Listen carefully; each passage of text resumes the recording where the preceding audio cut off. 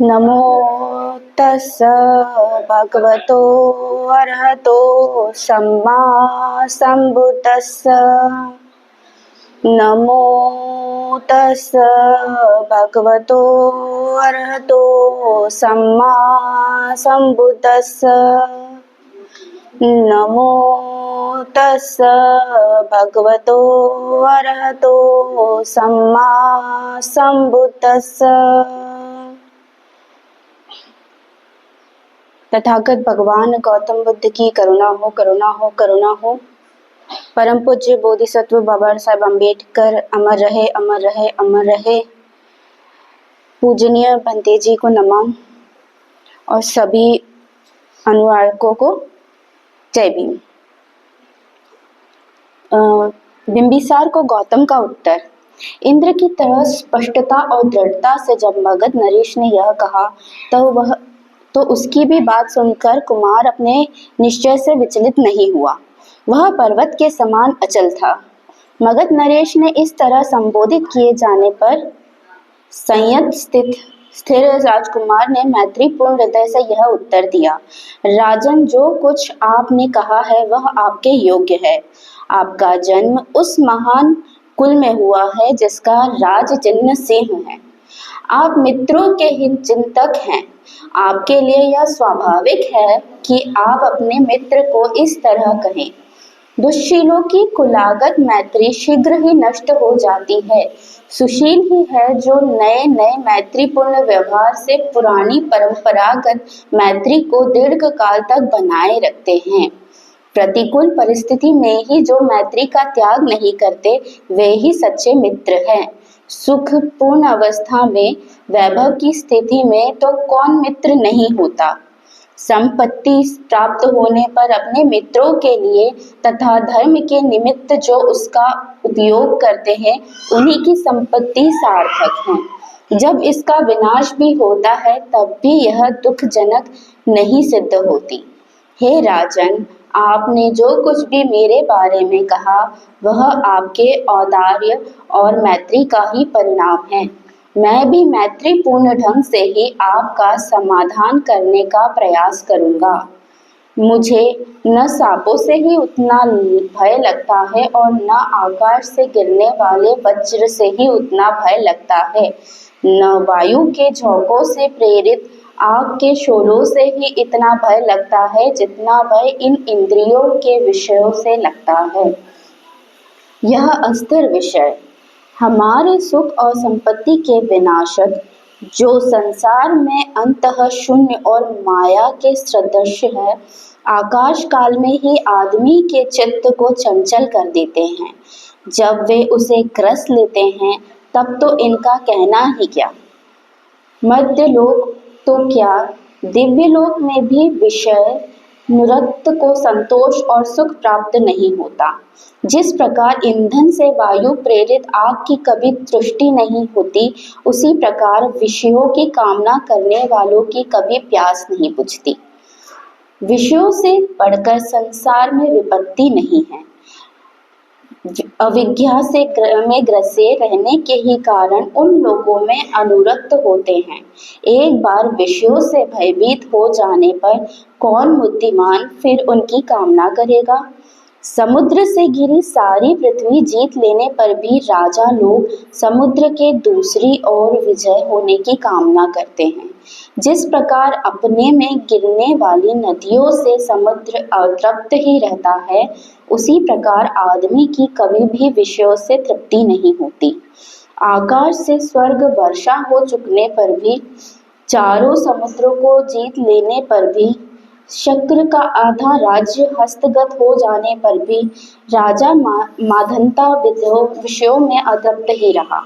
जब इंद्र ने व्रत के भय के मारे अपने आप को छिपा लिया था, उस समय नहुष स्वर्गलोक का सुख भोग कर भी अहंकार से वशीभूत हो ऋषियों से अपनी पालकी उठवा कर भी विषयों से अतृप्त हो रहा था। इन विषय भोग नामधारी शत्रुओं का कौन स्वागत करेगा, जिन्होंने ऐसे ऋषियों पर भी काबू पा लिया जो दूसरे ही पुरुषार्थ में लगे थे, जो वक्कल वस्त्र धारण करते थे, जो फल मूल खाकर ही गुजारा करते थे और जिनकी सांपों जैसी लंबी लंबी जटाएं थी। विषयासक्त मनुष्यों के दुखों की जानकारी हो जाने पर जो संयत है, उनके लिए यही योग्य है कि वे विषयों के पास ना फटके। विषयासक्त मनुष्य के लिए विषय संबंधी सफलता भी एक विपत्ति ही है, क्योंकि इच्छित विषय ही प्राप्ति होने पर वह उनसे मदमत्त हो जाने पर जो नहीं करना चाहिए वह करता है और जो करना चाहिए वह नहीं करता, और इससे आहत होकर वह भयानक दुख को प्राप्त होता है। ये काम विषय जो बड़े ही प्रयास से सुरक्षित रखे जाते हैं, जो विषय की वंचना के अनंतर जहाँ से आते हैं वहाँ लौट जाते हैं, जो थोड़ी देर के लिए ऋण के लिए जैसे ही होते हैं, कौन बुद्धिमान संयत आदमी इनमें आनंद मनाएगा। ये काम विषय उल्का के समान है, इनके पीछे पड़ने पर ये पिपासा में वृद्धि का कारण होते हैं। कौन बुद्धिमान संयत आदमी इन्हें अप्राप्त कर असंतुष्ट होगा। ये काम विषय फेंके हुए मांस के समान है, जो राजाओं से लेकर सभी के दुख का कारण होते हैं। कौन बुद्धिमान संयत आदमी इन्हें प्राप्त कर संतुष्ट होगा। ये काम विषय इंद्रियों के ही तरह नाशवान है, जो भी इनमें रमण करता है ये उनके लिए विपत्तिजनक ही होते हैं। कौन बुद्धिमान संयत आदमी इन्हें प्राप्त कर संतुष्ट होगा। जो संयमी आदमी इन काम विषयों से डसा जाता है, ये उसके सुख हर लेते हैं और उसके विनाश का कारण होते हैं। ये एक क्रुद्ध निर्दय सर्प के समान है। कौन बुद्धिमान संयत आदमी इन्हें प्राप्त कर संतुष्ट होगा। जिन काम विषयों को भोगने से भी वैसे ही तृप्ति नहीं होती जैसी एक कुत्ते की हड्डी चाटने से, जो सूखी हड्डियों के पिंजर के समान है। कौन बुद्धिमान संयत आदमी इन्हें प्राप्त कर संतुष्ट होगा। जो दरिद्र कामांध और विषयासा का दासी है, वह इसी संसार में मृत्यु दुख का अधिकारी है। गीतों के कारण हिरण विनाश को प्राप्त होते हैं। दीपक की चमक के कारण पतंगे आग में जल भुनकर जान गंवाते हैं। मांस लोभी मछली लोहे का कांटा निकल जाती है। इसलिए संसार के काम भोग अंत में विनाश का ही कारण होते हैं। यह जो समानता का कहा जाता है कि काम भोग भोगने के लिए है, यदि विचार कर देखा जाए तो उनमें से कोई भी भोग्य पदार्थ नहीं है। अच्छे अच्छे कपड़े और दूसरे भी वैसी ही चीजें अधिक से अधिक दुख के मार्जन मात्र है। पानी प्यास बुझाने के लिए होता है, भूख मिटाने के लिए, भोजन भूख मिटाने के लिए, हवा धूप और वर्षा से बचने के लिए, और वस्त्र शीत से रक्षा करने के लिए तथा नग्नता ढकने के लिए। इस प्रकार शय्या तंद्रा के विघात के लिए है, वाहन यात्रा की थकावट मिटाने के लिए है, आसान खड़े रहने की थकावट दूर करने के लिए है। इसी प्रकार स्नान शरीर शुद्धि और स्वास्थ्य का साधन है।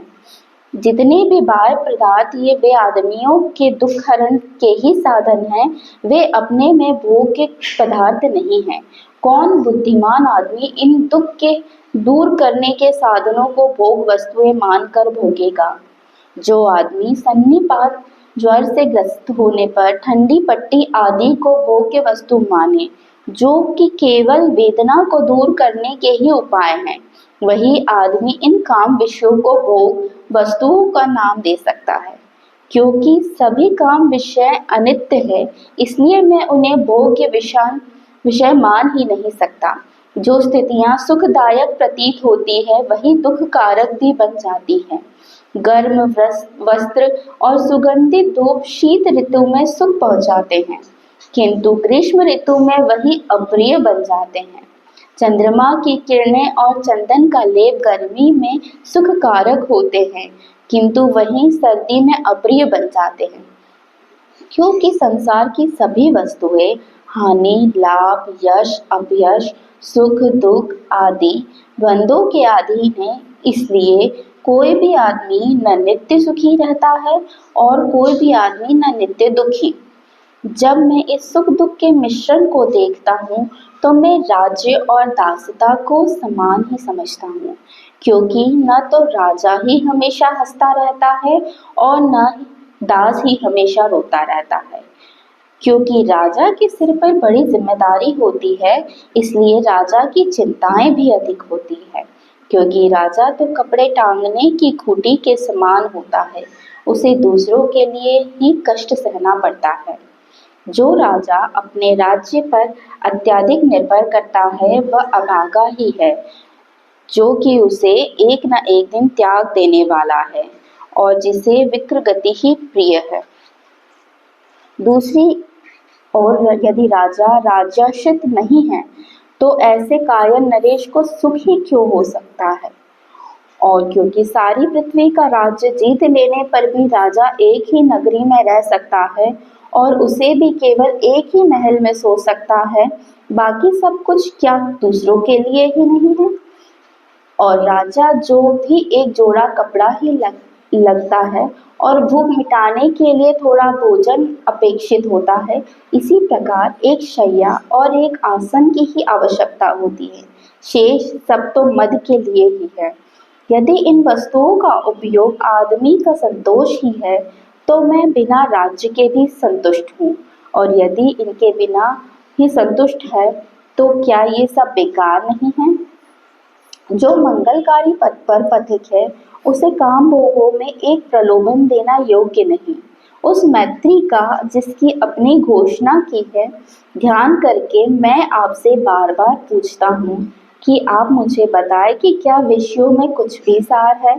मैंने रोष में आकर ग्रह त्याग नहीं किया है और न इसलिए कि शत्रु के बाणों ने मेरे मुकुट को गिरा दिया है, और न मेरी कोई दूसरी फल आकांक्षा ही है जिसके कारण मैं आपके प्रस्ताव का स्वागत नहीं कर रहा हूँ। जो कोई भी भयानक कुत्त सर्प से एक बार बचकर फिर उसी को प्राप्त करने की इच्छा करे, जो तेज जली हुई तुषाग्नि से एक बार बचकर फिर भी उसी में पड़ने की इच्छा करे, वही एक बार इन काम विषयों से बचकर फिर इन्हीं में फंसने की इच्छा कर सकता है। जो भली प्रकार देखता हुआ भी किसी अंधे से ईर्ष्या करे, जो मुक्त होते हुए भी किसी बंधे हुए से ईर्ष्या करे, जब धनी होकर भी किसी दरिद्र से ईर्ष्या करे, जो स्वास्थ्य चित होकर भी किसी पागल से ईर्ष्या करे, मैं कहता हूँ कि केवल ऐसा ही कोई किसी विषयासक्त से ईर्ष्या कर सकता है। मित्र, जो भिक्षा जीवी है वह दया का पात्र नहीं है, उसे इस लोक में परम सुख प्राप्त नहीं है, शांति प्राप्त है और आगे के लिए भी उसके सब दुखों का अंत हो गया है। किंतु वही दया का पात्र है जो विशाल धन की राशि के बीच गड़ा हुआ होने पर भी तृष्णा से वशीभूत है, जिसे न इस लोक में परम सुख प्राप्त है, न शांति प्राप्त है और न आगे के लिए भी उसके दुखों का अंत हुआ है। जो कुछ तुमने मुझे कहा वह तुम्हारे शील, तुम्हारी जीवनचर्या और तुम्हारे के कुल के अनुरूप है, किंतु अपने निश्चय पर दृढ़ रहना।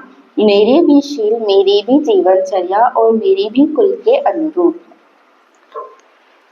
साधु साधु साधु।